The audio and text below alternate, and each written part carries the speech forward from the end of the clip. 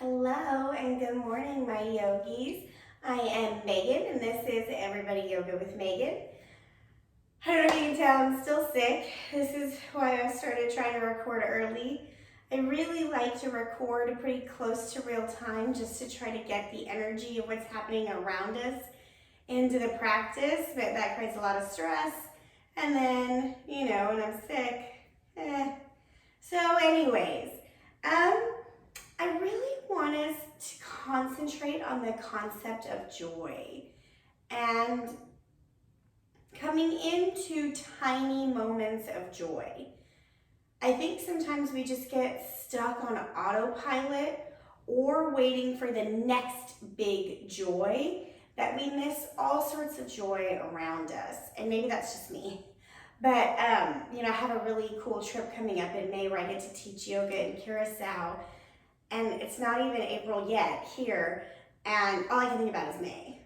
There's a whole month of life waiting for me that I'm kind of ready to breeze over. So anyways, as a reminder to me, and then by default to all of you, I want us to come into practice today knowing that it's the tiny moments of joy that actually make up our life.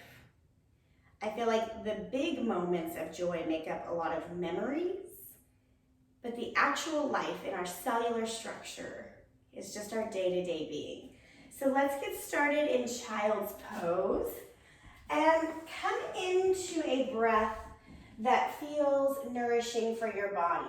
So if you want to breathe in and out through the nose, do that. If you want to exhale out of the mouth, just whatever really resonates with you.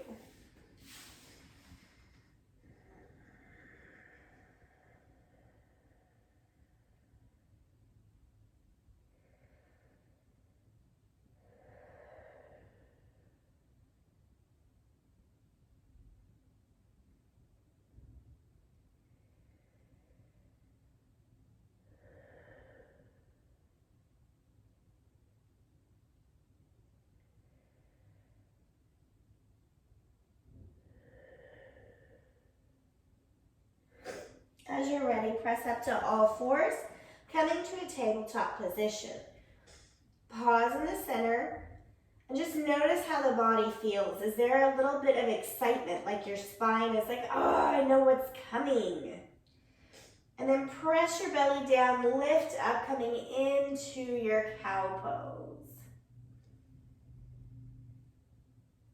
Exhale, cat.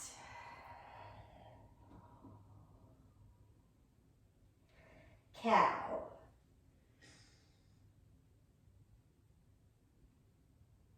Cat.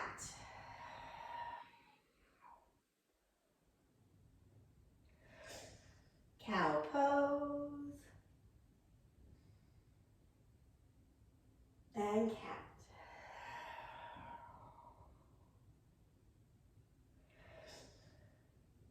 Bring your spine to stillness. Pause here. We're going to take a variation of thread the needle. So just move your right hand a little bit further up and over and slide your left arm down and through. Use your right hand to press your twist deeper.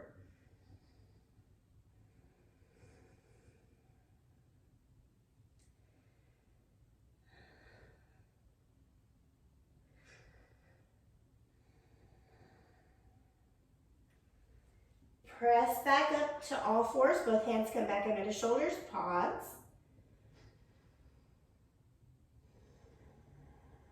Left hand comes up a little bit, over a little bit. Right arm threads through. You're using that left hand to press a twist into the spine.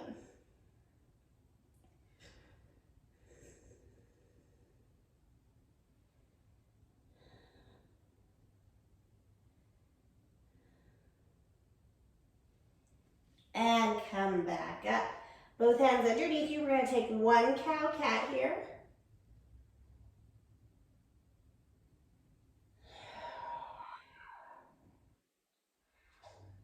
Pause at the center. We're going to take the opposite kind of a stretch now. This time the left hand comes under the face. Inhale, twist, right arm up.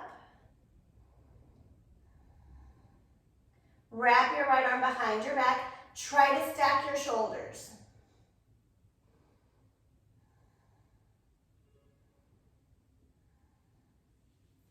And untwist, other side. Right hand replaces left, left arm twists up. And then wrap your arm behind you.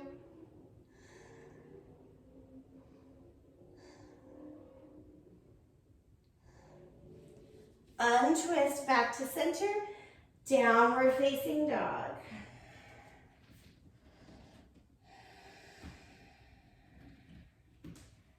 Pedal out.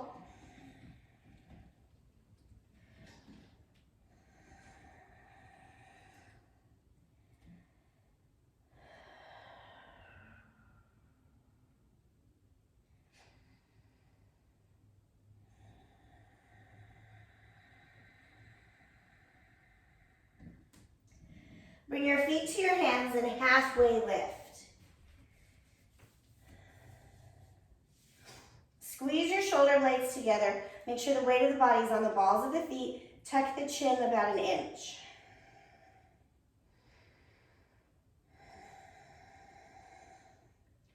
Ragdoll. Water behind the knees, chest hangs over.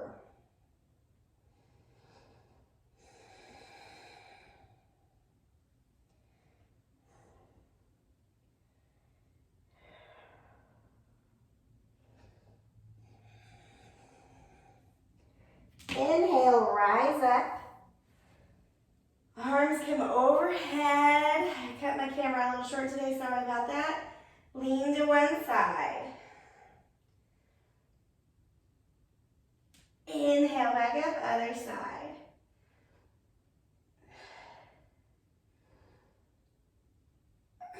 Hands come to heart center, pause here. If I waited for the perfect conditions to share my love of yoga with you, I would die without ever sharing anything. So thank you for your grace.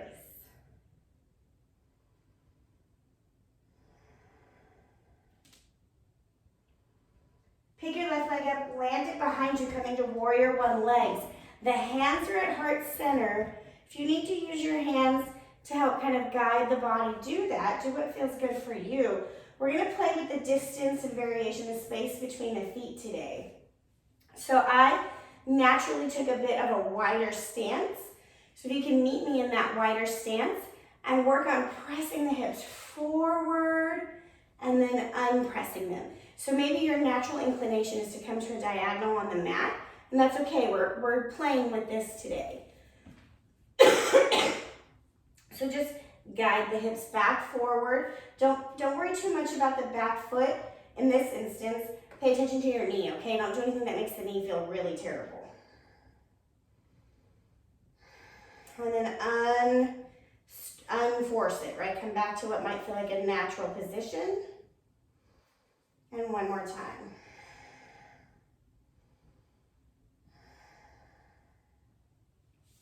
We're going to come to our warrior two legs. So your left foot is going to be bisected by your right foot. So the right heel goes right through the middle of the back foot. Hips should be going directly to the side now. And as much as you lunge is how deep the groin stretch occurs, right?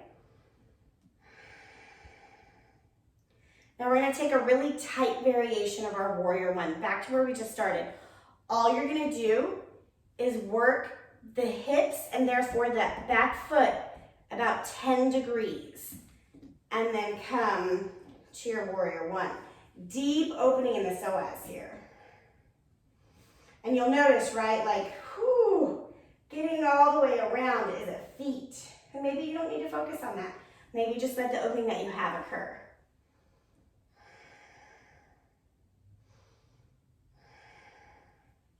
Downward facing dog.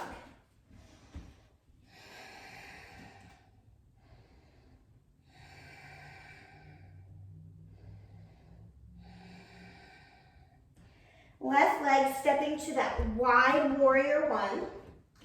So the feet are basically as wide as the mat in this instance. And your hands are just resting at heart center. person, or if you need to touch the hips to understand where they are in space and time, go right ahead. And then we're going to soften up that opening and just come to that diagonal. For me, when I do that, there's no opening in my hips. It actually moves to my outer shin. I always have shin splits. This is why I'm not a runner. So notice in your body where you feel it. Sharp stabbing pain always means stop. And then invite the hips back forward to 12 o'clock.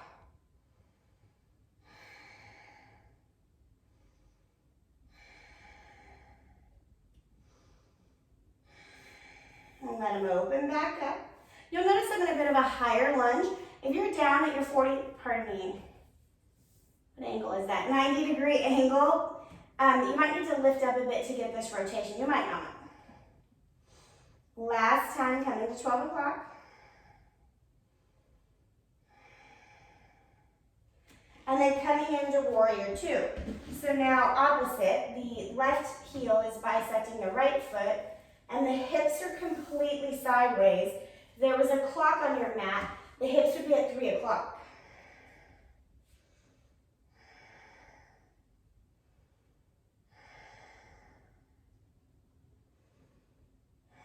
Coming back into that warrior one.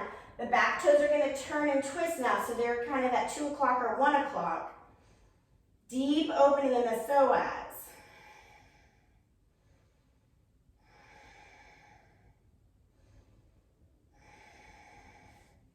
Downward facing dog. Pedal that out.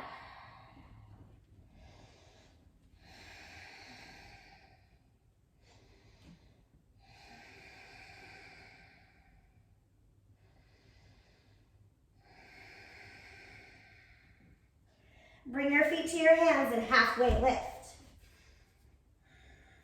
Forward fold.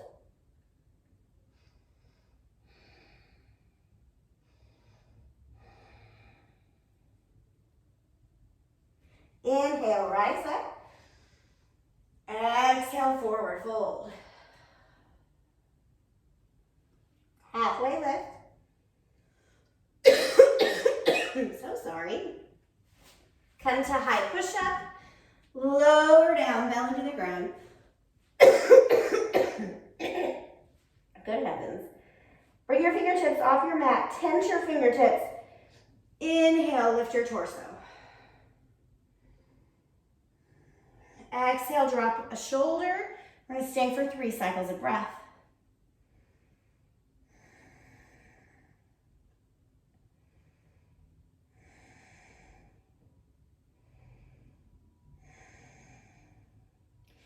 Inhale, back up. Other side.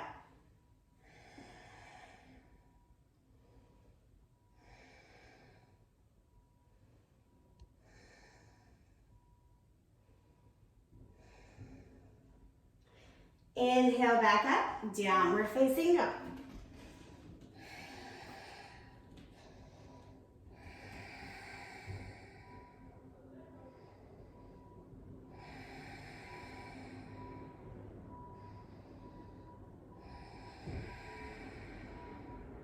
We're going to come into half pigeon, right leg forward. Taking a variation that feels comfortable in your body. If this front leg needs to be closer to the pelvis, then do that, okay? Always using blocks. If you need them, blocks or pillows, you're welcome to sit on a block on that right side.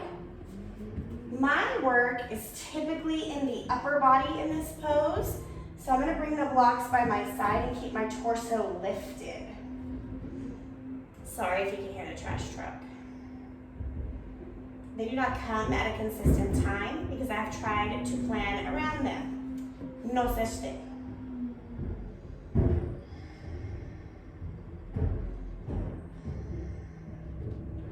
And whatever variation you're in, if you're on your elbows or you've laid down, I want you to just rock your weight a little bit side to side on your hips.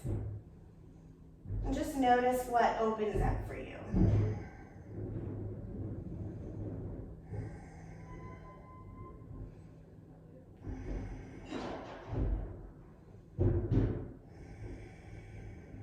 Two more breaths.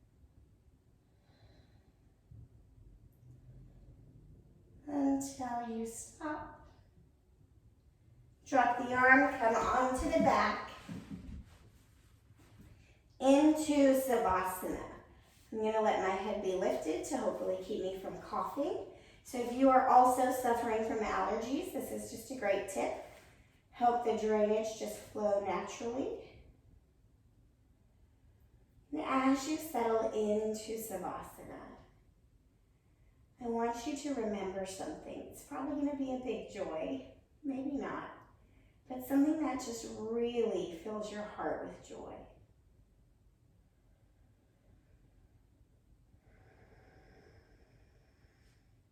And as much as possible, let the memory exist as almost a movie in the background of your mind.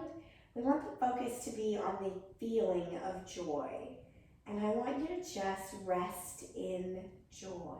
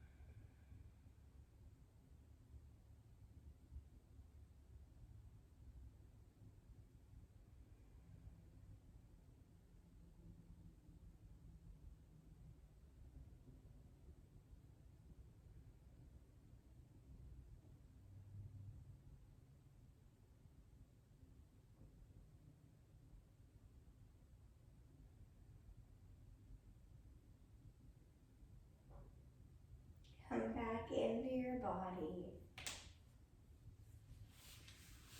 Making your way to a fetal position.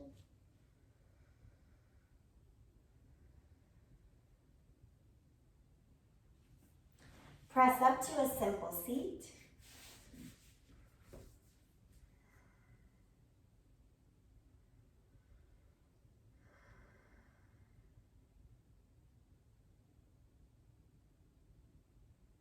Doing your best today to go into the world with joy. Bring your hands to heart center. Together we say, Namaste. Thank you, my yoga friends. I appreciate your time, space, and energy. I hope you are well, and we will see you again tomorrow.